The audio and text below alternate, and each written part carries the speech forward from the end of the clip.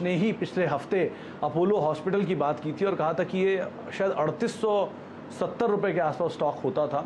3900 के लेवल्स, फिर 4000 के लेवल्स की बातचीत हुई और 4100 के लेवल्स पे अचीव होते हुए दिखाई पड़े। आपको बहुत बहुत शुक्रिया पहले तो अल्पेश, अपोलो हॉस्पिटल की कॉल देने के लिए, और बहुत ही शानदार कॉल।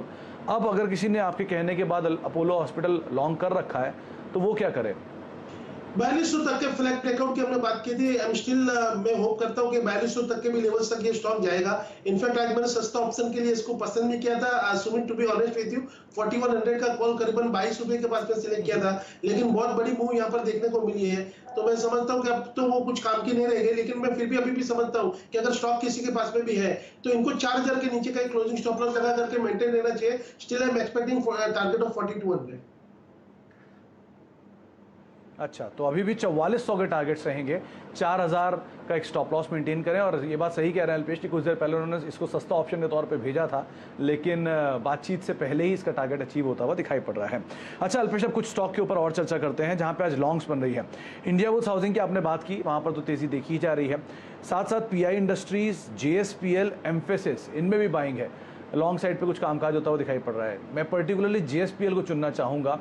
और किस तरह की मूव, जेएसडब्ल्यू स्टील के नंबर्स के बाद पूरे सेक्टर में अच्छे नंबर्स की बातचीत उठी है।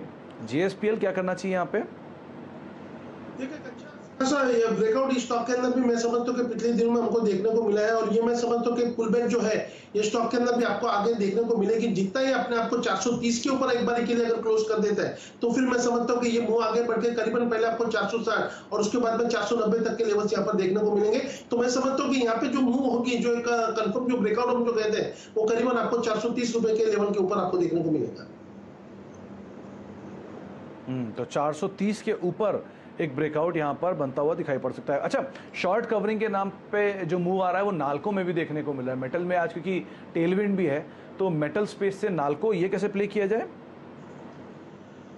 देखिए, नाल्को की मैं बात करूं यहाँ पे तो करीबन 81-82 के पास में एक बहुत ही स्ट्रॉन्ग सपोर्ट है। यहाँ पे मैं समझता हूँ कि जब तक ये ट्रेंड रिवर्स जब तक नहीं होगा, जब तक ये 75 के नीचे क्लोज नहीं होता है, और यहाँ पे अगर फिर से कोई शॉर्ट कवरिंग एस्टैब्लिश होती है, फिर से आपको देखने को मिलती है, तो इस बार के लिए लगता है कि शायद से ये 91 की जो नियर स्विंग टॉप है उसको भी निकाल देगा, और करीबन आपको 95 से 97 के जोन में स्टॉक जाता हुआ यहाँ पे देख सकते हैं। तो 81-82 बहुत ही एक स्ट्रॉन्ग सपोर्ट है। एक छोटा सा स्टॉप लॉस लेकर के आप यहाँ पे एक बार के लिए खरीदारी के लिए भी सोच सकते हैं। ओके, तो आपके लिए राय यही कि अभी तो आप इसमें लॉन्ग साइड पे ही रहें, लेकिन जो मूड मोमेंटम है उसको प्ले करें और ट्रेल करते रहें अपने स्टॉप लॉसेस को भी। अच्छा, केनरा बैंक और देखिए, नंबर से ठीक पहले यहाँ पर कुछ शॉर्ट कवरिंग आते हुए दिखाई पड़ रही है। क्या करना चाहिए केनरा बैंक में? देखिए सुमुख, मैं समझता हूँ 142 का ये जो एरिया है केनरा बैंक का, यहाँ पे बहुत ही एक स्ट्रॉन्ग सपोर्ट है। जब तक इसके नीचे ये क्लोज नहीं होता है, यहाँ पे एक पॉसिबिलिटी से पुलबैक आपको देखने को मिल सकता है।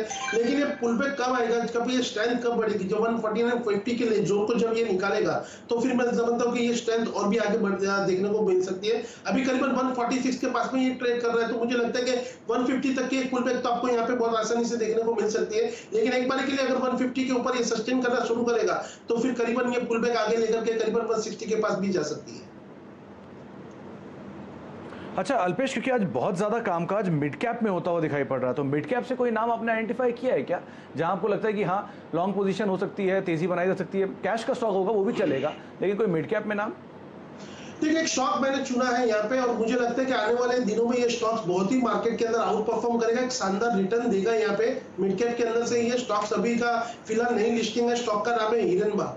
हिरनबा का अगर आप चार्ट देखें तो आफ्टर द लिस्टिंग ये स्टॉक करीबन 850 से लेकर के 600 के बीच में लगातार ये ट्रेड करता रहा। उसके बीच में एक एक्यूमुलेशन हुआ, और ये एक्यूमुलेशन देने के बाद में आप देखिए अगर हिरनबा में, तो अब ये स्टॉक पूरी तरह से सज्ज हो चुका है ऊपर की तरफ का एक ब्रेकआउट देने के लिए। तो मैं समझता हूँ this is the right stock कि आप जहां पे ट्रेडिंग भी कर सकते हो और इन्वेस्ट भी कर सकते हो। अगर इन्वेस्टर है तो मैं कहूंगा 1200 रुपए तक की मूव आपको यहाँ पर देखने को मिल सकती है। इतनी बड़ी मूव के लिए ये स्टॉक यहाँ पर तैयार हो चुका है, और अगर आप ट्रेडर है तो मैं समझता हूँ 4 फिगर तो बहुत ही आसानी से टच हो जाएगा, और उसके ऊपर के भी लेवल यहाँ पर आपको देखने को मिलेगा। तो यहाँ पे करंट लेवल पे और इसके नीचे अगर कोई भी गिरावट आती है टुवर्ड्स 800, आपको हिरनबा को एक्टिवेट करना है। 750 के नीचे क्लोजिंग स्टॉप लॉस लगाइए। बहुत ही शानदार रिटर्न्स आपको आने वाले दिनों में ये स्टॉक यहाँ से देगा। हिरनबाग दिन के ऊपरी स्तरों पर 4% के आसपास की बढ़त यहाँ पे देखने को मिली। 838 839 का लेवल है और अल्पेश को लगता है कि डिलीवरी के तौर पे अगर आप लेना चाहते हैं तो कैश मार्केट से स्टॉक के ऊपर नजर बना के रख सकते हैं। अच्छा, जाते जाते एक बारी ब्रेक पे जाने से पहले पेज इंडस्ट्रीज को लेकर आइए। करीब करीब 34,000 ये स्टॉक पहुंच गया है। एक अच्छा मूव आज स्टॉक में भी देखने को मिल रहा है और यहाँ पर भी जो मोमेंटम मूड है वो करीब करीब 34,000 के आसपास को लेकर आ चुका है। तो पेज इंडस्ट्रीज एक और ऐसा नाम है जहाँ पर आप नज़र बना कर रख सकते हैं। वैसे भी मार्केट में जो डिस्क्रिशनरी स्पेंडिंग से रिलेटेड स्टॉक हैं वहाँ पर कुछ हद तक एक्शन आता हुआ दिखाई पड़ रहा है और पेज इंडस्ट्री भी यहाँ पर कुछ हद तक पार्टिसिपेट करता हुआ दिखाई पड़ रहा है। तो पेज इंडस्ट्रीज के ऊपर आप नज़र रख सकते हैं और करीब करीब 1.5% ऊपर दिन के ऊपरी स्तरों पर शेयर कामकाज कर रहा है। एक ब्रेक का वक्त है, ब्रेक के बाद लौटेंगे और अल्पेश से हम बातचीत करेंगे सस्ते ऑप्शन को लेकर भी और साथ ही साथ कुछ और स्टॉक भी हैं उन पर भी हम चर्चा करते हैं अल्पेश से एक छोटे से ब्रेक के बाद।